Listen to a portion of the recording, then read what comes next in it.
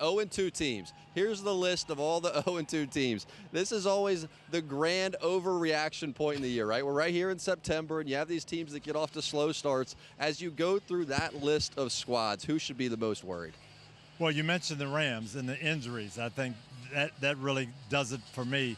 They've got to get healthy. That's going to be tough. We talked about the Ravens. I think they have a lack of identity. But I'm going to say the Jacksonville Jaguars because you don't want to go to 0-3, and next week they have to go to Buffalo on Monday night in Buffalo. That's not going to be easy. I keep looking at Trevor Lawrence, and I'm trying to figure out who is he?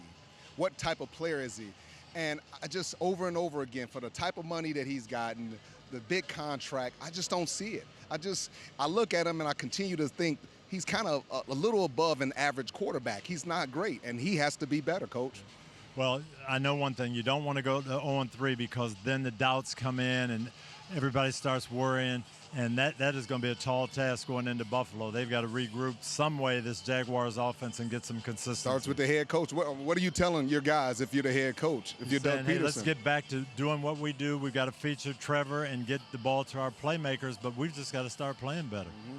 Denver 0-2 with the rookie quarterback, had the good preseason. The Bengals, it's a weird 0-2 for them because they played a lot better today after they played really bad against New England in week 1. They're up there with the defending Super Bowl champs, and they're taking them to the wire. But it was sloppy, and they had those key mental mistakes late, really. They did, but I'm not so worried about the Bengals. They've been there before, and as you say, you went to the defending champions. You had the lead until 1 second left in the game. So. I think they walk away with a lot of confidence, even in a loss. Yeah. I mean, you played, like you said, the defending champs. You go up there, and every time you play them tough. You either beat them or you play them tough. And I think that builds a lot of confidence. And you're not even at full strength. Yeah. So I think you got to look at that.